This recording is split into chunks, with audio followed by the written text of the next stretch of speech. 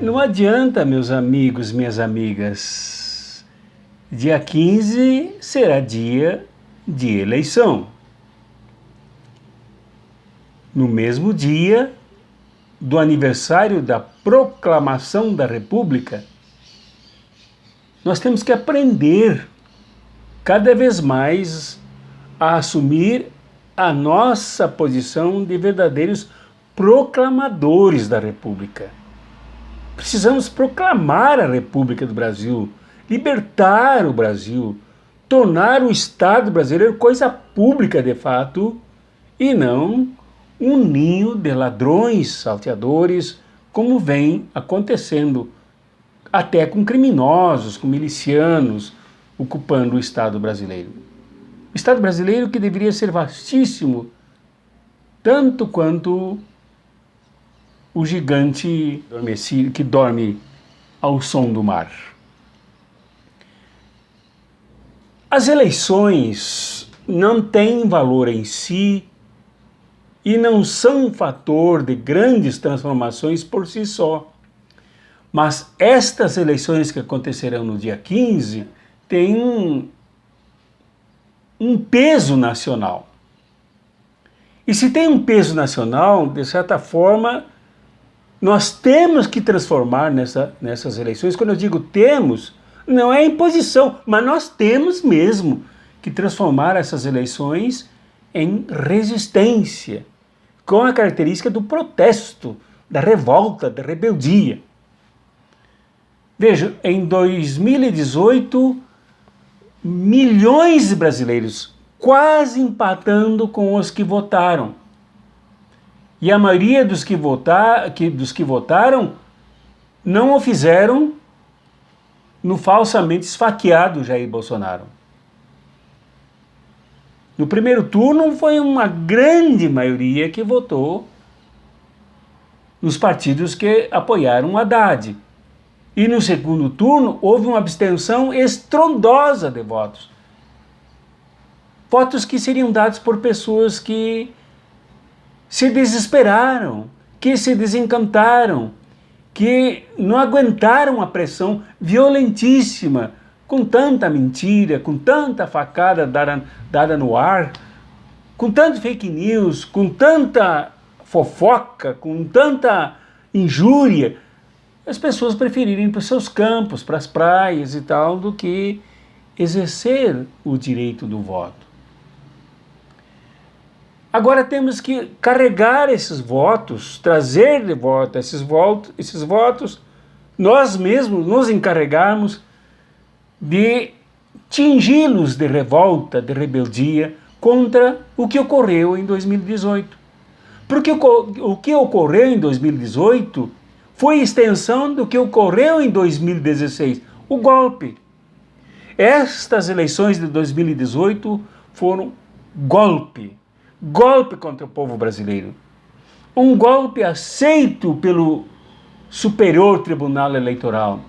Um golpe aceito, acolhido e amaldiçoado, também aqui, abençoado ao contrário, pelo Congresso Nacional, que reconheceram a eleição não acontecida de fato dos dois milicianos, presidente e vice-presidente, que foram conduzidos ao Palácio do Planalto.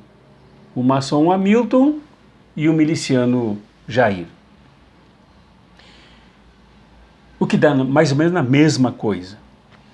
Então, tendo consciência disso, fica mais fácil entendermos que o encaminhamento daquelas eleições engrossou a crise, aprofundou a crise que agora se traduz em diminuição de direitos.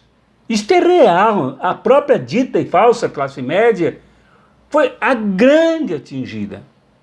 Não se fala nos trabalhadores e trabalhadoras das empresas que quebraram, que Sérgio Moro quebrou, que a Lava Jato ajudou a estraçalhar e a pulverizar os empregos. Aquele golpe foi dado e consolidado por esta eleição, facilitada pela ausência dos eleitores, aquele golpe consolidou a destruição do Estado brasileiro, atingindo em cheio a saúde. Com a tentativa de destruir, de privatizar as unidades básicas de saúde, bomba que está armada. Tentativa de privatizar e destruir o SUS, bomba está armada para ser acionada a qualquer momento para explodir esse bem estatal, esse bem republicano, esse bem público. Então está na hora de termos consciência disso para reverter. Ah, mas as eleições são municipais. São municipais. Mas se houver uma descarga muito grande de votos nos candidatos que não são de direita, e daqui a pouco eu darei um roteiro de como não cair nas armadilhas da direita, e se constituir uma maioria de vereadores e de prefeitos e prefeitas, vice-prefeitos, vice-prefeitas, do campo nacional, do campo progressista, do campo democrático, até mesmo social-democrata, estará feito o protesto. Agora,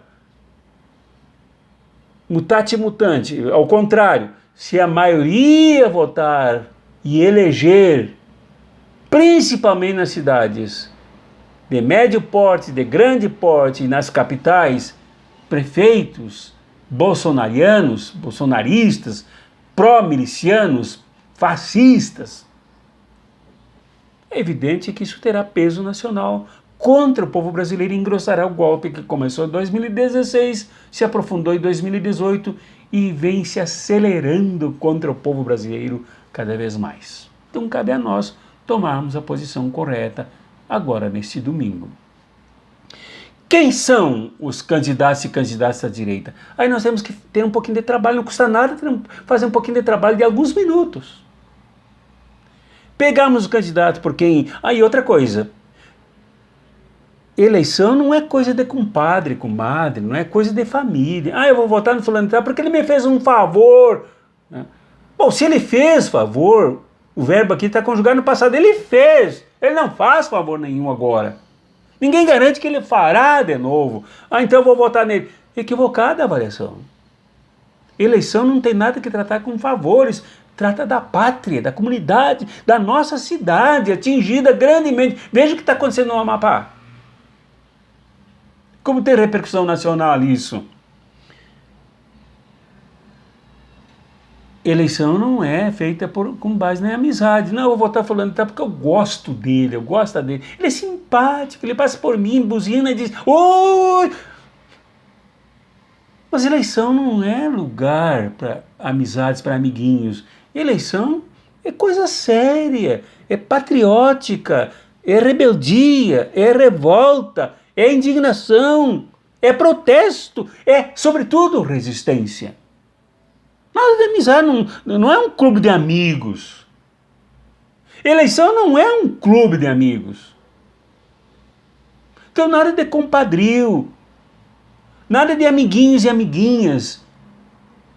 Eu tenho alguns amigos que me procuraram, pediram apoio, mas eu tenho compromisso aqui com a minha candidata a prefeita e meu candidato a vereador, que tem profundos enraizamentos no povo. Eu não posso mudar, porque o meu amigo, e tem um amigo que me pediu voto, ele me ajudou realmente, ele me ajudou, foi solidário comigo, uma pessoa limpíssima. Mas eu não conheço a história dele, nunca vi o envolvimento dele, e eu já tenho compromisso com o outro, não posso mudar. Diria que este que me convidou me deu muito mais, é um advogado, me ajudou num momento importante, do que o que eu apoio. Mas eu não estou procurando nada, não quero ganhar nada com isso. Eu quero que a minha pátria ganhe. Isso é mais importante do que ganhos pessoais. Então como é que a gente descobre que o sujeito é de direita, que ele vai fazer serviço sujo na prefeitura e na Câmara de Vereadores? Peguemos o nome do candidato por quem temos uma certa simpatia e percorramos dois caminhos. Um, se é deputado federal, veja em que ele votou quando houve as reformas para destruir as leis trabalhistas, destruir os direitos, destruir as proteções sociais, destruir o Estado brasileiro. Veja lá o que ele votou. Por exemplo, aqui em Goiânia, o candidato que está em alta nas pesquisas, votou tudo contra os trabalhadores. Não é possível que agora o cara esteja em primeiro lugar. É inacreditável isso. Só acontece com quem realmente não examina a história do compromisso ideológico e político das pessoas. Aí dá nisso. Então, examine lá. Segundo, se o cara diz que ele não tem compromisso com isso, mas ele é de um partido que votou no impeachment, que votou no golpe, que vota em todos os projetos de destruição disso que eu falei antes, essa pessoa não é de confiança. Não dá para votar nele. Ele não vem ao encontro da resistência, ele não vem ao encontro da luta, ele não vem ao encontro da indignação, não vem ao encontro da nossa rebeldia, que nós precisamos encaminhar agora. Então não serve. Ah, mas que pena, eu vou ter que trocar. Vai ter que trocar. Se tu amas a tua pátria, se tu amas não ser um usado, uma ousada, um alienado e alienado, tem que trocar. Com quem de nós já não aconteceu de ter que trocar? Não é o momento de eu contar aqui, mas houve um momento da minha vida que eu tive que trocar alguém que eu achava assim que era um ídolo, já na minha família, que me envolveu também com uma paixão assim impressionante. E quando eu me organizei, que eu tive que comecei a me qualificar, a estudar esse fenômeno político, econômico, tática, estratégia, eu tive que me desfazer dessas raízes, porque este líder, embora decente, embora comprometido, não correspondia ao projeto que propunhamos. Abrir mão, sim. Sofrimento, mas abrir mão. É preciso abrir mãos. Dito isso, meu camaradinho, minha camaradinha, esse bilhete tem compromisso. É um bilhete profético, esse aqui e todos os que são apresentados aqui nesta hora. Tem compromisso com a denúncia. Estas eleições têm que ter o caráter da denúncia. Tem que ter, faz questão de repetir isso, tem que ter o conteúdo da resistência, da rebeldia, da indignação, de apontar os dedos para os responsáveis por essa barbaridade que está ocorrendo no Brasil. E estas eleições têm que ter a inspiração da Argentina, que chegou ao ponto de desembarcar do Estado todos os meliantes e delinquentes que destruíam o povo argentino. Tem que ter a inspiração agora da Bolívia. Acessem aqui o Café Profético de hoje, em que eu falo sobre isso. Temos que nos inspirar nos bons exemplos. Temos que ter a inspiração do Chile, que enterrou a Constituição ensanguentada do nazista Augusto Pinochet, apoiado pelo Paulo Guedes, esse bandido que está no Ministério da Economia destruindo o nosso país. Temos que olhar para esses bons exemplos e nos inspirarmos. Os bons exemplos devem arrebatar as boas atitudes. Os bons exemplos devem reforçar a consciência. Os exemplos dos rebeldes na construção da justiça devem despertar em nós a rebeldia na construção de um país mais justo como nós queremos. E, finalmente, está na hora de nós mudarmos um pouco o acento na hora de cantarmos o hino nacional, e esta hora é o momento de cantar o hino nacional. De não darmos tanta força para a frase deitado eternamente em berço esplêndido, mas sim a outra que canta: mas se ergues da justiça clava forte, verás que um filho teu não foge à luta, nem teme quem te ama, quem te adora, a própria morte. Esta é a hora de nenhum dos filhos dessa pátria fugir, mas é a hora da luta, e nós temos uma bem fácil agora, nesse momento, que é da resistência através das eleições. Há abraços críticos e fraternos.